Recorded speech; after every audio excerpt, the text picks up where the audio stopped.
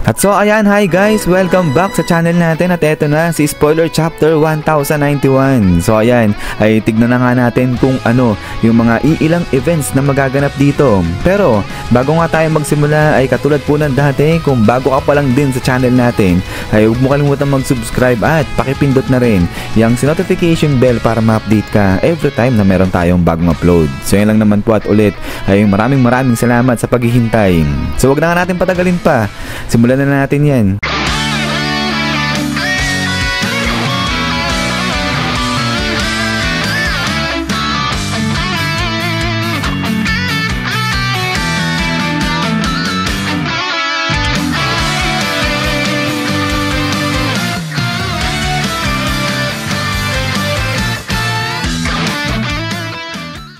At so dito ngayon magsisimula sa laban ni Kizaru at saka ni Sentomaru. So nung sa nakaraang chapter ay nakita nga natin yung paghaharap ng dalawa na to. So now, dito sa chapter 1091 ay sinabi na etong si Sentomaru ay tinalo na nga yan ni Kizaru. So ang bilis lang nung pagkakatalo ni Kizaru dito kay Sentomaru. Isang chapter lang, tapos na agad yung laban ng dalawa na to.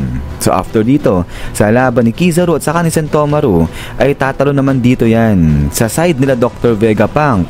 So dahil dito naman kala Dr. Vegapunk, etong si Rob Lucci ay sinubukan niyang atakihin at patayin etong sila Dr. Vegapunk.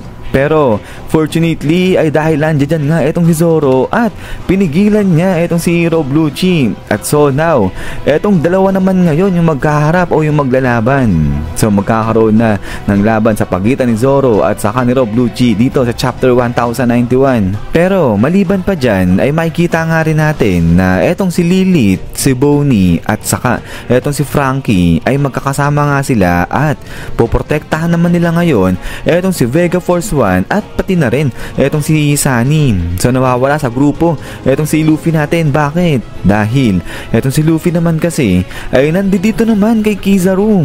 So dito sa chapter 1091 ay hinarap na ni Luffy etong si Kizaru at maglalaban na nga ngayon etong dalawa na. So parang ang bilis ng nangyayari dito sa may Egghead Island. Lalabanan kaagad ni Luffy na haharapin niya na kaagad etong si Kizaru. So naalala ko dati ang itinatapat dito kay Kizaru sa mga prediction lang si Zoro o kaya si Sanji pero hindi pala ganun.